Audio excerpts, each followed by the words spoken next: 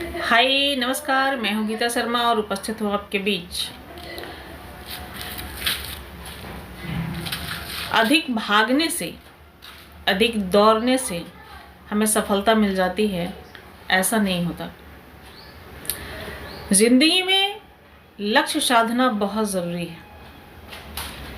जानिए इन बातों पे आज विशेष चर्चा जो मैं आपके साथ कर रही हूँ। इसको जानने के लिए वीडियो को अंत तक देखिए।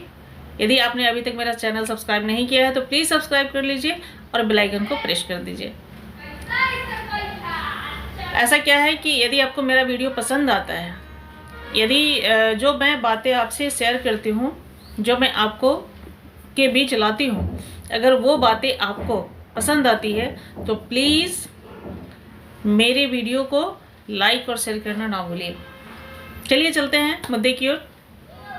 क्या है कि हम कुछ भी करते हैं ना, उसके पीछे हमारा थॉट बहुत बड़ा मायने रखता है।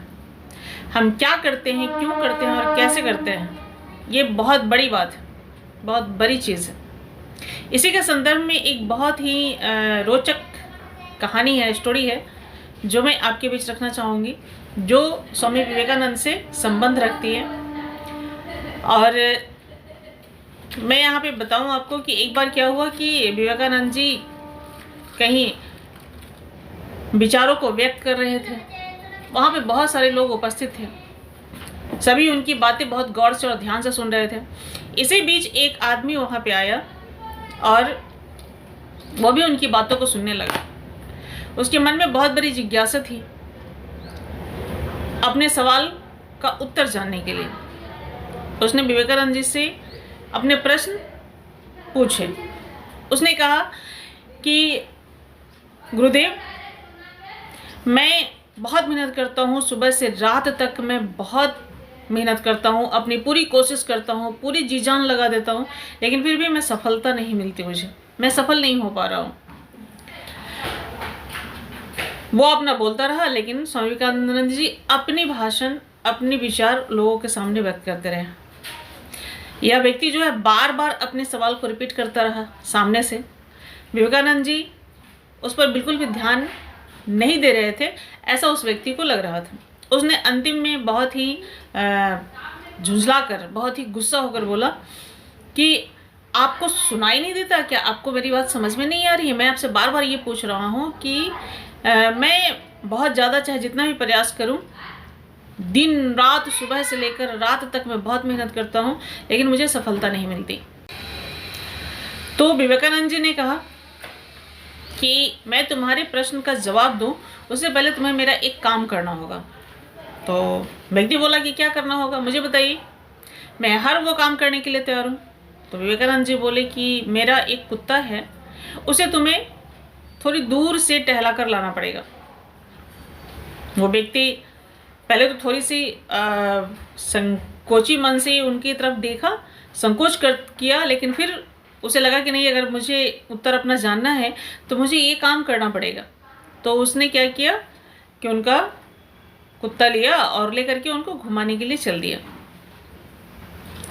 थोड़ी देर बाद जब वो लौट करके आया तो विवेकानंद जी पूछे कि एक बात बताओ,